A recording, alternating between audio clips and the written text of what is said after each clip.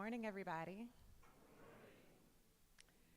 So, my name is Jessica Fulton, and I am the Interim President and Vice President of Policy at the Joint Center for Political and Economic Studies. We are America's Black think tank, and we want to welcome you today. It's my honor, really, to welcome you to the 2023 Future of Black Community Summit. All right.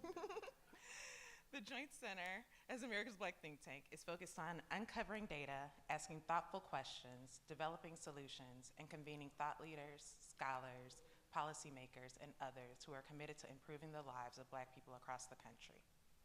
That's why we're hosting this summit. We want to ensure that our communities are kept up to speed on the latest policy debates and prepared to engage in conversations that will affect Black communities for years to come. Last night, we had the honor, and it was like a really special moment for me personally, the honor of awarding Federal Reserve Governor Dr. Lisa D. Cook with the Joint Center's Lewis E. Martin Great American Award. And today, we're privileged to have distinguished speakers from the federal government, including representatives from the White House, the US Senate, the FCC, and partner and peer institutions such as the Lawyers Committee and the Economic Policy Institute. I brought my notebook so that I can take notes. I hope you will too. I'm really looking forward to these conversations because they're going to inform our research on our team moving forward, and I know that they will inform policy debates in the future. We're going to hear from folks on issues that are new to many of us, like the impacts of tax policy on Black communities. It's going to be a really exciting conversation, I promise. We're also going to hear updated takes on issues that are more familiar, like the continued fight for racial equity. We're going to hear new perspectives on issues that the Joint Center has been working on for a long time, like staff diversity, a reframing of the current conversation on investments in industrial policy, and in-depth discussions on the importance and impact of policies related to digital equity. I'm excited to learn from the folks we pulled together, and I'm also looking forward to connecting with the folks in this room throughout the day. First, I think I do have to acknowledge that this year has been really one of a lot of transitions for our organization. My former and maybe forever boss, Spencer Overton, our dedicated former president, transitioned back to his role at the GW Law School.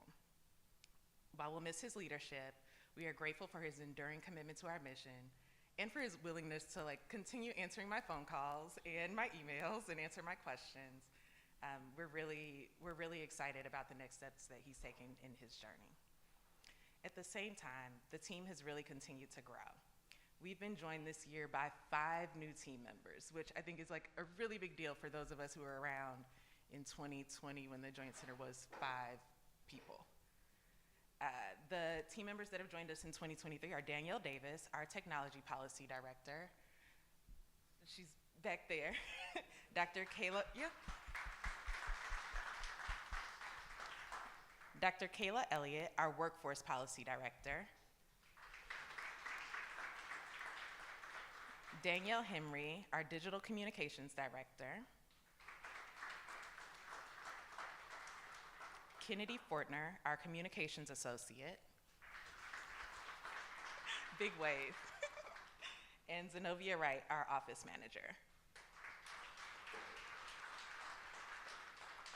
Along with these new team members, our existing team has really come together so that the Joint Center can continue to make an impact on Black communities. They are really focused on making sure that Black folks are engaged in key policy debates on issues including, and I'm going to read the entire list because you need to know that we are working on a lot of things: tax policy, workforce development, job quality, the future of work, broadband access and affordability, platform accountability, household economic security, data privacy, Black appointments in the administration, and congressional staff diversity. We are a very small but mighty team, and I'd really like to publicly acknowledge all the work that my team has done. Could the members of the Joint Center team please stand up and be recognized?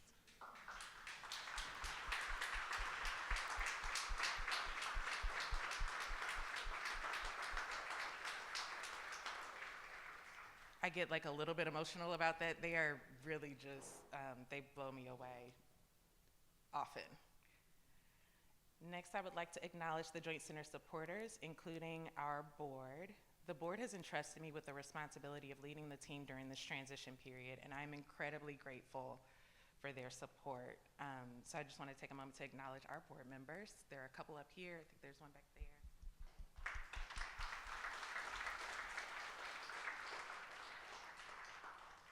In addition to our board, we've been really fortunate that many of our financial supporters have remained consistent during our transition. And in particular, I'd like to acknowledge the sponsors of the summit. We'll see some videos from some of them today, and we'll also see their names on the slides. But our title sponsor is Google. Our president level sponsors are Meta and T-Mobile. Our ambassador level sponsors are Comcast, NBC Universal, and the MacArthur Foundation. Our advocate level sponsors are Charter Communications, the Lumina Foundation, Uber, and Northern Trust, and our partner level sponsor, Verizon. We're really grateful for their commitment to the Joint Center and to advancing Black communities in a moment when many, as we'll discuss later in the program, have decided to shy away from supporting organizations like ours. We are incredibly grateful for the continued support. I'd also like to thank everyone who helped make this event a success. In addition to our staff, we were supported in this effort by the English Hudson team, and in particular, Renisha Best, who may not be in the room. She's out doing work, which is not surprising. She spent so many hours working with us and our speakers to get ready for this day, and I'm just really grateful for the commitment that she's shown. I also want to thank the Values Partnership team, and in particular Charlotte Moore, who has been really thoughtful and kind and made sure that we had a space that was welcoming and inviting for all of our guests. So, and I guess finally the team at Eaton and the Black Ops team who are helping kind of with day-to-day logistics. So if we can give all of those folks a round of applause.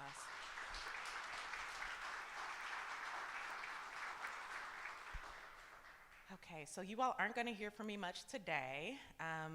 We're gonna keep our panels rolling, so I got a little bit more to say, and then I'm gonna get off stage, but I would like to emphasize that the Joint Center team remains steadfast in our commitment to providing compelling and actionable policy solutions to eradicate persistent and evolving barriers to the full freedom of Black people in America. Our mission is clear, and our commitment and dedication to Black communities is stronger than ever. Thank you again for joining us at the 2023 Future of Black Community Summit. We're looking forward to working with each of you to continue to push towards the full freedom of Black people in America.